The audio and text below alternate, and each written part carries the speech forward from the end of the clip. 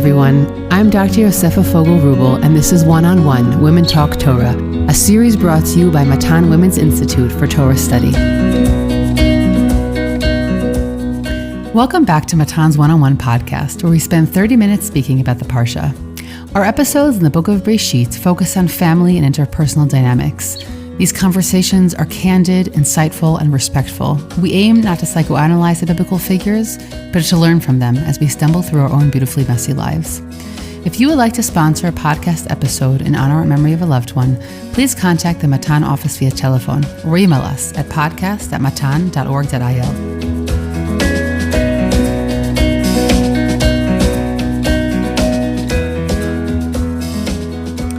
Parshat Vayetze opens with Yaakov running from Esav and from the home of his youth.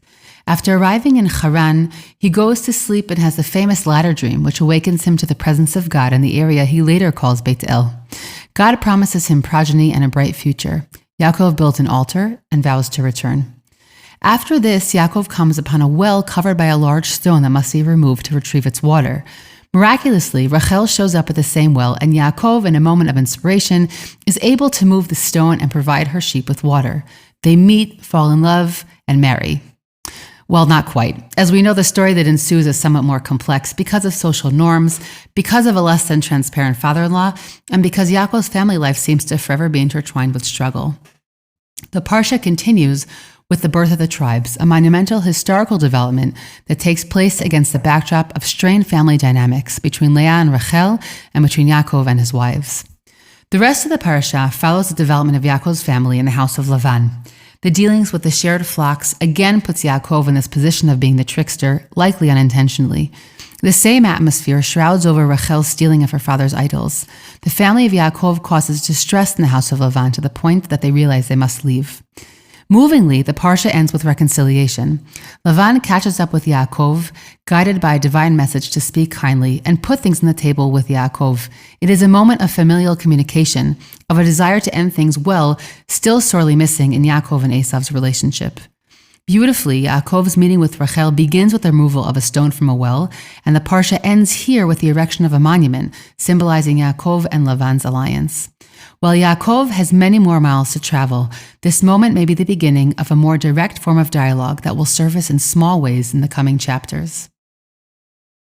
Today I have the pleasure of sitting down with Rashat Beit Midrash of Matan and its academic director, Dr. Yael Ziegler, the author of 3 books, one on Ruth, one on Echa, and a forthcoming book as well. Yael is also a senior lecturer at Herzog College and a returning podcast guest. Hi, Yosefa. It's great to have you. It's great to be back. We are here today to speak about Rachel and Leah, really the episode that I wanted to devote to the topic of the sister relationship among the plethora of brother relationships in the book of Breshit. So let's dig into that, about what it means to be a sister and the complexities that we see in this parasha and the coming parashot. Yeah, well, I mean, it's interesting to have sister relationship. We've had many brother relationships. And it's interesting that the sister relationship is no less complex and no less troubling than the relationships between brothers that we've seen over and over throughout Breshit. One, I think, interesting difference, which I once heard from Rav Moshe Lichtenstein, is that it's interesting that when brothers fight, it results in death. And that when sisters fight, it results in childbirth. Yeah. And I thought that was a really intriguing observation. I'll make another observation, which I was thinking about, and that is that really, throughout Sefer Bereshit and really starting in Gan Eden, we have these kind of 2 quests. We have the quest for fertility of humans and for fertility of the land. Ultimately, this becomes the bracha that God gives to Avram. Those are the flip sides of the bracha. But already in Gan Eden, we have a sense that fertility of the land is something that Adam is somewhat in charge of or connected to, whereas fertility of humans seems to be more in Chava's jurisdiction. So that when they, and these of course are 2 areas where things can easily go awry in terms of our sense of power, right? In terms of our sense of dependence upon God. And in both of these areas, when Adam and Chava, when they sin, these are the two areas in which they're cursed, right? So that Adam, his curse has to do with the fertility of the land, right? Be'itzavon tochlenu kol yamei chayacha. And Chava's curse has to do with the fertility of the human. If you look back at Cain and Hevel, what are they fighting about? They're fighting about the land, right? And that results in murder, in fratricide, right? Whereas Rachel and Leah, what seems to be the crux of their rivalry has to do with fertility, continuity, love, family, right? And again, as Rev Lichtenstein points out, that ultimately seems to result not in death, but in birth, which is interesting. But these two different areas remain sort of consistent in the difference between what the brothers seem to be, what brings tension in the brotherly relationships, as opposed to what brings tension in the sisterly relationships. Look, I think an obvious point is that biology here plays quite a role. We can't expect the men to fight as instinctively about fertility when this event is not happening on their body. So I think that Sefer Breshit, perhaps very much in contrast to the modern world we're seeing today, which challenges all of those assumptions, puts forth that idea, meaning this is, I remember Nahum Sarna, I believe, in the JPS commentary, he says that man and woman are given curses that relate to their main occupation in life. Now, again, we have a lot to say about that being a woman's main occupation, quote unquote, but it certainly is something that her body is destined for in a certain way. I just want to bring in a great quote from Leon Kass that says exactly an idea very similar to what we're expressing here. He says, if the Cain and Abel story shows us the unvarnished truth about the relations between brothers, perhaps this one does likewise for the relations between sisters. If so, the following comparison seems to be suggested by the text.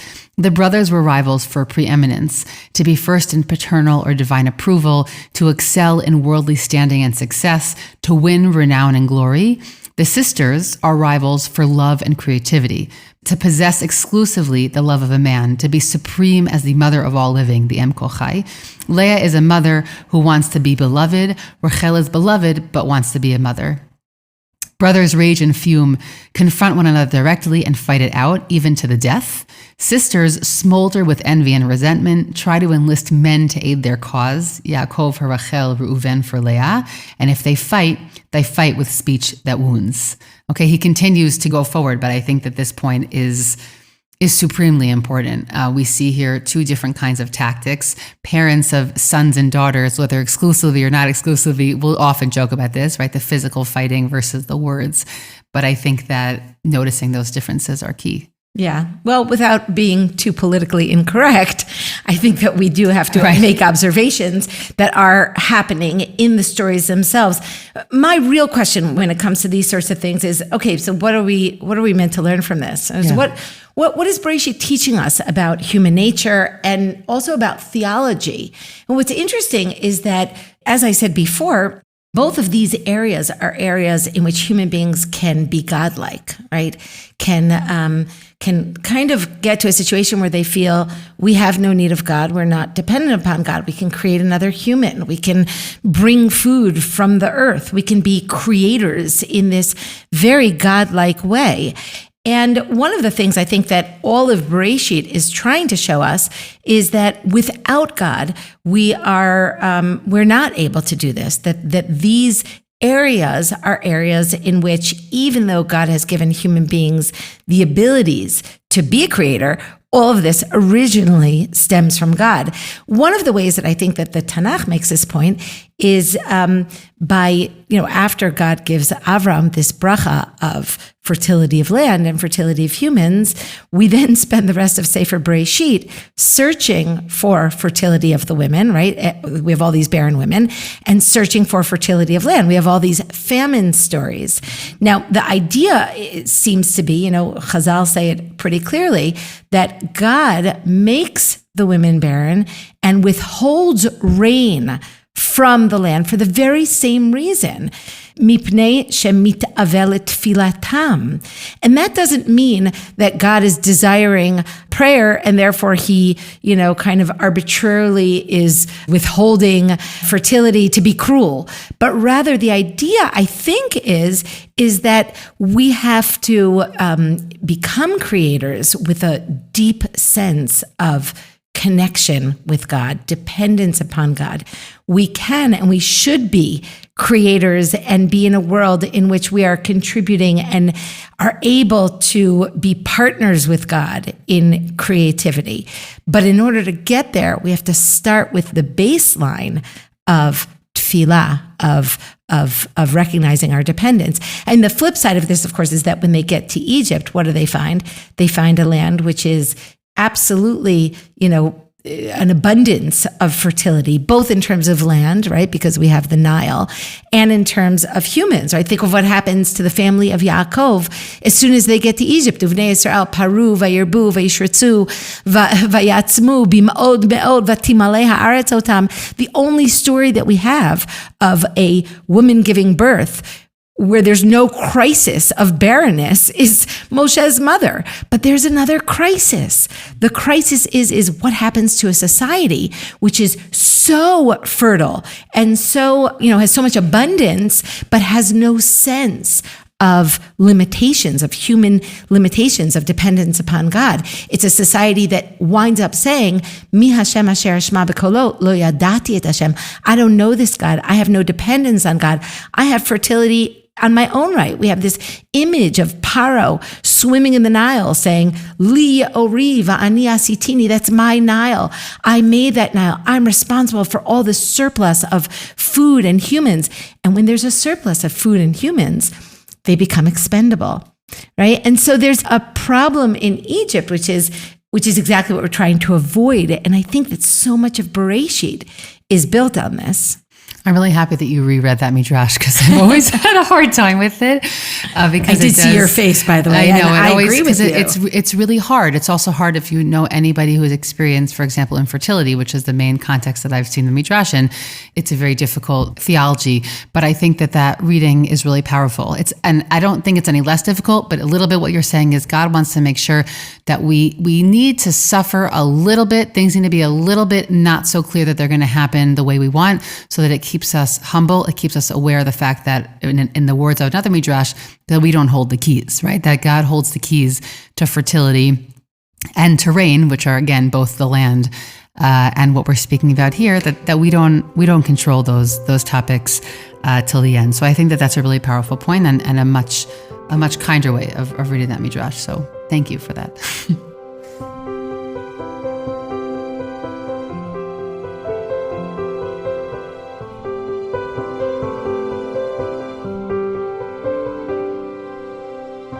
Let's talk about some of the difficulty of this story, right? Which is, the difficulty of the relationship between Rachel and Leah. The other point with regard to Rachel and Leah is that the story doesn't end there. Of course, there's consequences to the story. I mean, Rachel and Leah's story is not a very joyous story, right? It's a very difficult story. So, Rachel is the loved one, right? And Leah is described as the snu'ah, right? I mean, that's how the Tanakh describes her, that she is the hated one. And it's not just that. I mean, the Tanakh says, well, because God saw that she was hated, so God opens her womb. And then she starts to become very fertile. But the story doesn't end there. The story then really impacts upon the relationship between Rachel and Leah, where, Rachel, we're told, vatikaneh be'achota, right? She becomes very jealous of her sister's fertility. And then, of course, Rachel asks Leah for the dudaim, for the flowers that Reuven brought for Leah. And Leah's response shows her bitterness and rivalry with her sister, right? She says, Leah says to Rachel, Hame'at kachtech et ishi v'lakachat gam et dudai b'ni, right? You take my husband and now you're going to also take my son's flowers. So the story is not an easy story, right? It's a story that is describing jealousy, rivalry, competition. It's a difficult story. It's one of the reasons that the Midrash corrects the story, which we'll get to in a few minutes. I mean, the Midrash is not going to see this story as a story of rivalry between sisters, but rather as the entirely opposite scenario in which Rachel and Leah are colluding together to help each other in their, kind of joint efforts to create something that is both peaceful and not troublesome. But I mean, the story itself in the Pshat is a very troubling story. Of course, as we said before, it reminds us of some of the stories between brothers. We talked also about some of the differences, but it does remind us of the story between brothers. But what indicates that the story itself is in the Pshat is so very difficult is that it continues in the next generation, where we have both sin'ah and kin'ah, both hatred and jealousy, a tremendous sense of tension between Rachel's son Yosef and Leah's sons, who work together to really try to undermine Yosef, who is very beloved of Yaakov, because Yaakov loved Rachel. So we have the continuation of the story is that Rachel's son receives Yaakov's love. Leah's sons have unity and togetherness, but not their father's special love. And the tension between the sisters continues in the next generation. But that's not all, of course, right? Because the story continues later on in the Tanakh. It continues in Sefer Shoftim, right? When you have the tension between the tribe of Ephraim, who's, of course, a Rachel's son, and the other tribes, right? You have it later on, of course, in the tension between Beit Shaul, who is a Rachel son, and Beit David, who represents, the not just Leah's son, but the togetherness, the unity, the legitimate leadership. And you have it, of course, in the division between the kingdoms, when Beit David begins to go astray. God brings in Yerovam ben Nevat, who is, of course, from the house of Ephraim. He's an Ephrati, so he is a child of Rachel. So this tension between Rachel and Leah, it plays itself out throughout the generations. So I guess my question at this point is why? Meaning, we could say on one hand, siblings don't often get along, right? This is reflecting reality, which is that siblings vie for a limited commodity, which is attention and love. Even if a parent can say that their love is endless, for some reason it doesn't seem to feel that way for some reason throughout the generations. So we could say that this just reflects reality, and thank God we have a Torah that brings forth things that we're going to continue seeing in our lives. It's interesting also because the way you're presenting this actually reminds me of a homespun theory that I've pointed out at different times in our life about how important it is for children to see that their parents have positive relationship with their siblings. I'll even just use myself. If I live very far from my siblings, but it's who I love, but it's also important for me that my children see that no matter what the distance is, that I have a functioning, positive, loving relationship with my siblings, certainly with grandparents, but specifically also with siblings, because what I'm worried about right now is more about how my kids relate to each other, right? Hopefully, we'll have a long journey to go on, myself and my children.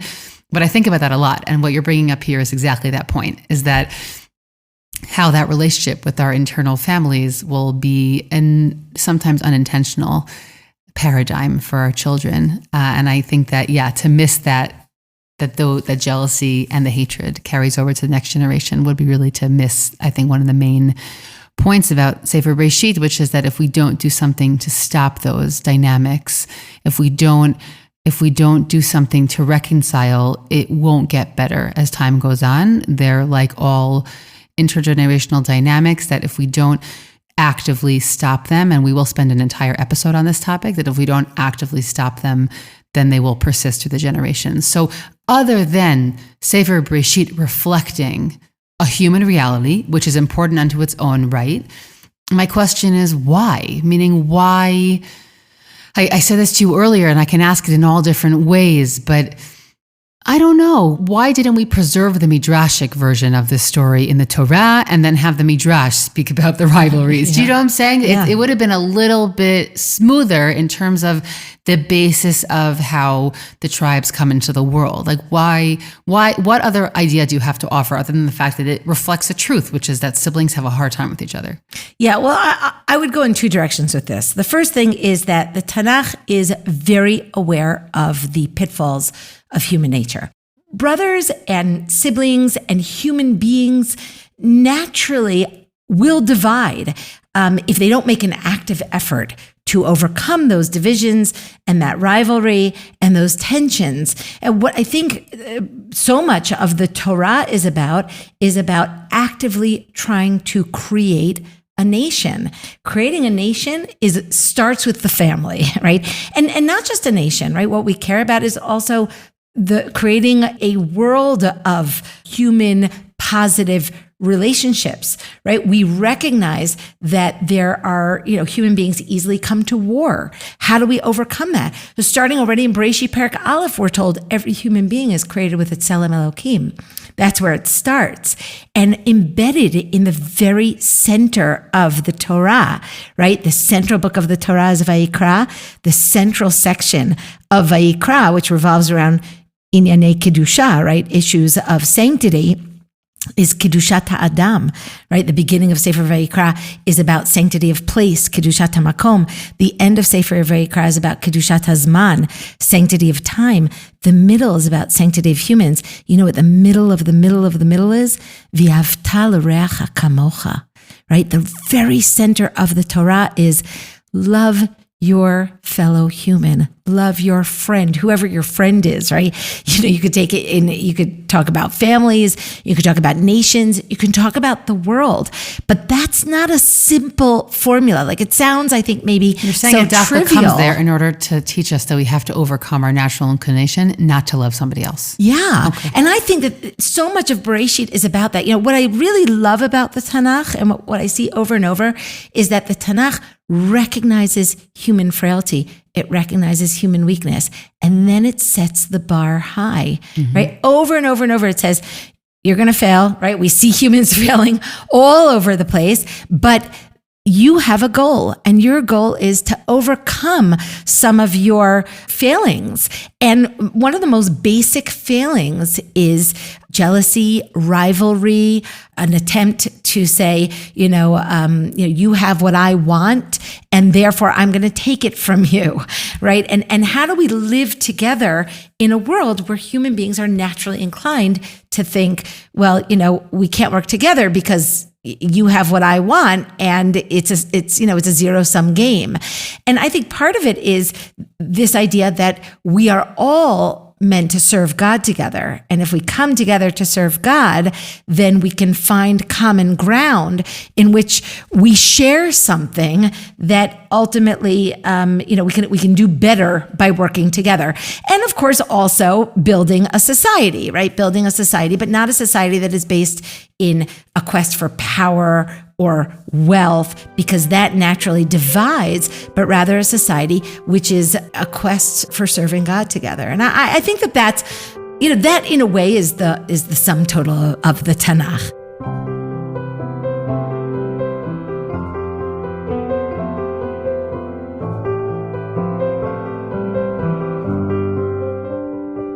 The other thing that I would say about rivalry and competition is that there's something positive about it as well. Not that I think that this is a positive outcome, right? In other words, the Rachel and Leah story, it's a tragic story, and especially the way that it plays itself out in later generations. It's a tragedy and it's a calamity, and we want to overcome it, which I think we are going to talk about as well as we get to the end of this podcast. But what is positive in competition is that it emanates from the fact that human beings are different. Every person is a world unto him or herself, right? So Cain is the farmer and Hevel is the shepherd, right? And we have these sort of typologies which teach us that there are different ways to be. There are different ways to exist. There are different ways to find God. There are different ways to interact. There are different families that one could create. We're all different, and differentness is what ultimately creates rivalry and hatred and jealousy and competition. Differentness divides, but differentness also enables us to realize our greatness. And one of the things that I would say about the 12 tribes is, I always ask myself, why do we have 12 tribes? Right? It would have been so much easier if we had just one. It seems to be kind of a recipe for disaster, but it's also a recipe for creating a composite society that really allows for many different types of people to exist in our society. I would say the same thing about Rachel and Leah, right? They represent two very different kinds of not just relationships, but what a relationship can produce, right? So the Yaakov and Rachel story is a story of great passion, right? Yaakov meets Rachel. He's willing to work for her. He's willing to wait for her for many years. He's willing to overcome great obstacles for her. And his relationship with Leah is maybe a lot more staid, but it produces great fertility, right? And great and togetherness, right? Leah's sons are bonded together. And these two models, I think, become models for different types of both traits and experiences that Am Yisrael is meant to learn from them. In fact, and we really don't have the time to properly develop this, but I'll just throw out there the idea that Rachel becomes the mother of Galut, right? And her traits, right? Her strength, her aloneness, right? And the aloneness of her son, Yosef, who really stands alone, and who Yaakov blesses as Nazir le'echav, right? He is separate from the brothers, who ultimately, of course, Rachel produces not just Yosef, who becomes the leader in exile, but also Esther and Mordechai, who come from the tribe of Binyamin, who also are from Rachel, and they also are able to stand alone, right, against the tide, and to teach Am Yisrael how to survive in Galut, and maybe even how to have the passion and the patience that emerges from this passion to overcome obstacles in their quest for success. Now, Leah is a very different kind of figure, right? And there's something about, the by the books, custom, family that Leah produces, which perhaps becomes a model for what we're meant to implement, what we're meant to experience as a nation when we're in our land. These are two really important experiences of Am Yisrael. Don't forget, we're really a diaspora nation, right? For many, many, many years, we needed the passion of the Rachel and Yaakov relationship. We needed the leadership of Yosef, Esther, Mordechai, Rachel to enable us to survive in Galut. And now perhaps we are hopefully trying to implement our Leah side of, so all I'm really saying without fully developing this idea is that those two relationships, they're not just something to overcome. They're something that each relationship gives us a different kind of ability to exist and to create a family that it exists in different kinds of situations. Just as I said about the Shvatim, that perhaps each of the Shvatim creates a different model for service of God, for becoming a well-functioning person within an existing familiar structure. It doesn't mean that they don't produce potential tensions, but those tensions possibly are worth it to create a rich and many different possibilities as to how we as a nation can navigate our way through our very complex history. I had two thoughts that came up for me while you were explaining that idea. The first is that I think part of what causes trouble is when people who are different and have different personalities, which may be typified by the different tribes, lose their ability to understand really, truly how somebody can function differently. It's when the shepherd can no longer identify with the land worker. It's when the fertile can no longer identify with the beloved, meaning it's not just because we don't have what they have, but something in the human experience makes us, because we're so different at our core, makes us unable to truly understand how they can function. I'll give a very practical import to this idea, which is that to me, somebody who is a genuinely open-minded person, and this comes up so much in conversation with people, is somebody who can genuinely understand the other side. When an open person, on the mantle of their openness, loses their ability to identify with somebody who thinks differently than them, that to me is when they no longer are an open-minded person. Doesn't mean you have to agree with them, but you have to be able to put yourself in their mind space and to understand how somebody else can function like that. And I think that from a psychological perspective, is one of the deepest imports we have to the idea of 12 tribes. And when I've taught in the Matan courses of the Learn and Tour tribes, which you've also obviously taught for years, so I've spoken about this idea. I ended the course one year asking this question of why 12 tribes? And I think that's critical, and I think we most often lose on that point, which is why this lovely theoretical idea for diversity, and if we all come together knowing that we worship God, right? Internally, there's like an internal eye roll, because it's usually the pitfall of most people, right? If only we didn't all, function under the guise and worship the same God, then maybe we would get along better. Because there's something about it that brings up a lot of zealousness, and I think also because people genuinely lose their ability to occupy the shoes of somebody else. And that's when you lose your ability to live in harmony with somebody else. And one other idea I'll just offer is that the Arizal speaks in one place about the different nosachim of tefillah, right? You have all different traditions of prayer, right? Whether from this land or that land, Ashkenaz, Sfarad, Edot Mizrach, Moroccan, Temani. And he says that ultimately they all go through a different sha'ar. He says there's no question of which one is more accurate. They all go through their own gate. The idea being, which is that there's a space for all of them. And I think that idea very much sort of dovetails what you've said now about the tribes. They're all meant to be different, and they don't need to be similar. But the place I think we often fall the most is when we lose our ability to understand how somebody could actually walk through a different gate. Yeah. I would even add another word, which is I think we have to have the ability to appreciate the different contributions of people, so that when the farmer can say, but the shepherd brings me what it brings me, either on a pragmatic level, it brings me food and clothing, or on another level, it brings me the idea of, not being attached to a land and some kind of nomadism, which is an important contribution to how the world could find God, a different kind of spiritual quest. And ultimately, I think that what the Tanakh is saying is that only by combining these different approaches can we reach something truly rich and successful. And whole. And whole, the composite, right? The sum of the parts is greater than the individual pieces. And this, for me, is how Megillat Ruth ends, right?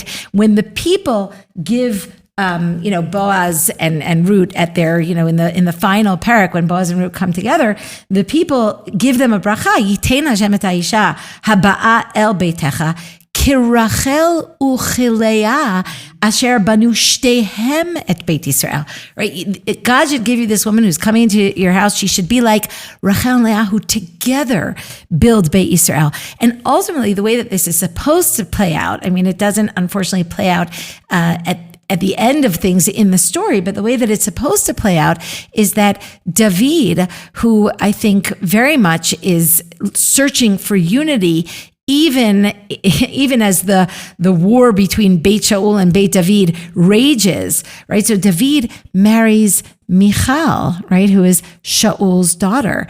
And I think the idea is that if David and Michal could produce a child who comes from Beit Shaul and Beit David, who is the combination of Rachel and Leah, we could create something that is, truly a great composite of these different traits, of these different personalities, and that could be an ideal sort of leader. Ultimately, as we know, the pasuk tells us very explicitly that because Michal is unable to accept David, and maybe she has good reason for that, but I'm not going to get into that right now. We're told she has no child, and the Mefarshim asked there, "What do you mean she has no child?" We're told she does have a child, but I think the idea is that she has no child from David that becomes this ultimate combination of the two, of the Rachel and Leah traits. Is which that kind of how yeah. you conceive of Geula? That Geula Absolutely. is sort of that unification of all those traits, of those potentials. Yeah, absolutely. It doesn't mean that we won't have differentness, right? I still think that that the 12 tribes is a model for how we can create a rich and variegated society, and one that has many different people contributing, not just pragmatically, but spiritually, each from their own perspective. I love the image that you brought of the gates, right? Everybody coming into service of God from their own gate, and then joining together in a chorus, which creates a very beautiful and rich picture in which every human being, can contribute something slightly different. And if we can appreciate each other's differentness, then we can overcome some of the natural rivalries and tensions that we see scattered throughout the Tanakh, and certainly in Sefer Bereshit, which is what we're talking about in particular. I think that one of the most powerful things I've taken from this conversation of ours is the idea of overcoming, which is such a great word, and I'm going to really take it with me. Because I don't think that I thought about it through that prism. When I read through the stories, I kind of can get stuck in the quagmire of them and be like, oh, look at the patterns it created for the next generations, right? That's so chaval. It could have been done differently.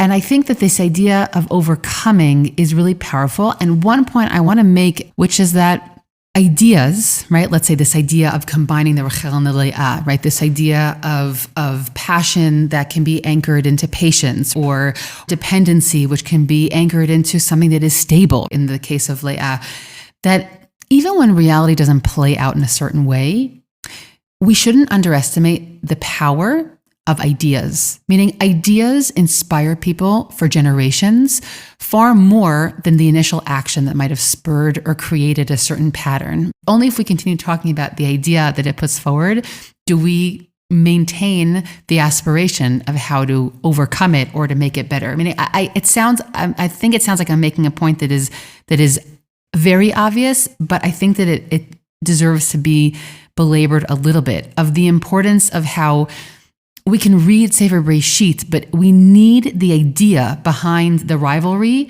in order to propel us to a place that's better, even more than we actually need to know about between who the rivalry existed. Do you know what I mean when I say that? I do know what you mean. Yeah, I think that's a very good point.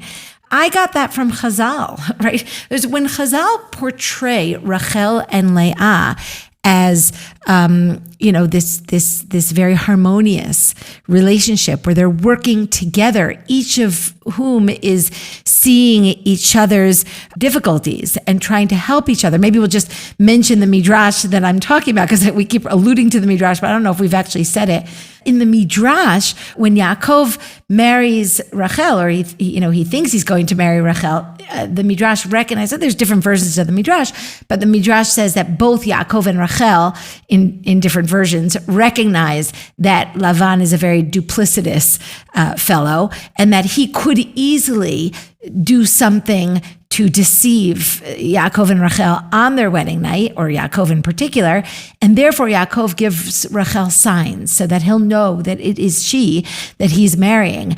And when, at some point Rachel regrets this because she realizes that Leah is going to be mortified and ashamed when she can't give Yaakov those signs, and she's outed publicly at, not being the one that Yaakov intended to marry. And so Rachel gives Leah the signs. And this is a completely different portrayal of the Rachel-Leah relationship, where Rachel has compassion for her sister and recognizes that, her sister also deserves dignity and that her situation is complex. And Rachel wants to alleviate that situation. So this Midrash actually for years and years was a Midrash that I found very difficult, because my general tendency is to look for the seeds of the idea of the Midrash deep in the text itself. It's not there. It doesn't seem to be there. Yeah. It doesn't seem to be it's there. It's what we want to be there. But I think it is in the Tanakh. I just don't think it's in Sefer Bereshit. I think that Chazal are building this on the posthumous appearance of Rachel in Sefer Yirmiyahu, where we find Rachel crying during Galut Yehuda, and she's crying al baneha ki einenu, right? She's crying about her children that are not there. And it's really a curious appearance, because Rachel's children, let's say, are really the 10 tribes, right? I mean, that's, we're already gone. Who left 150 years ago. Why is she suddenly appearing in Sefer Yirmiyahu when Mamlechet Yehuda, the kingdom of Leah's children, is going off into Galut? And we have these bitter cries, right? Nehi bechi tamrurim Rachel mevaka al baneha. And what's interesting about this cry, I mean, the Mefarshim go in different direction. Who's she crying about? Some of the Parshanim there say, well, she's crying about the 10 tribes, which happened a long time ago, because it's such a difficult thing to understand. Why is Rachel standing there crying over Leah's children? And what's even more interesting is that this is a beautiful frame for Rachel's life. Rachel's first words are, Havali banim v'im ayin meta anochi, right? Bring me children, and if not, I am dead. And here we have Kol berama nishma nihi bechi tamrurim Rachel mevaka al baneha ki einenu havali banim v'im ayin. So her life is framed by this quest for children that are elusive. I think, Yosefa, we once discussed this when we were discussing our 4-part series on characterization in Tanakh. I believe we talked about this scenario as well. But what I want to say for our purposes today in trying to understand this Midrash is that the word tamrurim, right? Oh, wow. Yeah. Oh, goodness. You see what I'm doing with this, right? Nihi bechi tamrurim. It's usually translated as bitter cries. We have these bitter cries. But actually, what does tamrurim mean aside from bitter? It means a sign. It means a sign. And you know what it means in the continuation of these psukim? It means a sign. In pasuk kaf, right? Just, less than, just 5 psukim later, we're told, Hatzivi lach tziyunim, similach tamrurim. Ooh. It's signs. And so what Chazal are suggesting is that Rachel makes a posthumous appearance in order to collude or to team up with Leah. And she uses her power, the power of passion, the power of desire for children, for continuity, not for herself, but to help Leah. And that's, I think, where the story of the signs comes from. For them to come to some sort of reconciliation, there has to be cooperation. Whatever we saw in Sefer Bereshit, the overcoming of that tendency of the rivalry or the jealousy is cooperation, and you know what? Sometimes cooperation happens for people posthumously, and it doesn't make it less powerful. Meaning for some people, the kind of reconciliation they have within their families can be one that happens later, and it's never too late. Meaning there's always significance. Maybe it won't be helpful for the initial relationship between those two people, but it'll have power. It'll provide a long-lasting example, perhaps for their descendants. What the Tanakh is telling us is that every human being has the ability to overcome these natural rivalries, and ultimately that's why it works. That's why it can work. That's what Sefer Bereshit is coming to show us. We need to have differentness. We need to have the potential for rivalry is there when you have differentness, but we have to overcome it to become the greatest nation that we can be. Thank you so much for this conversation, Yael. Thank Pleasure you, as always. Yosefa. I hope you've enjoyed this conversation as much as I did. I'm Dr. Yosefa Fogel-Rubel, and this is One-on-One Women Talk Torah, a series brought to you by Matan Women's Institute for Torah Study. Please do One-on-One and Women's Torah Learning a small favor by sharing this podcast with family and friends so that we can reach new listeners. You can stream and download these episodes on Spotify, iTunes, Google Podcasts, SoundCloud, and Matan's website. Don't forget to leave us a 5-star review in the comments. Please send us any feedback at podcast@matan.org.il. That's podcast@matan.org.il. Thanks for listening, everyone.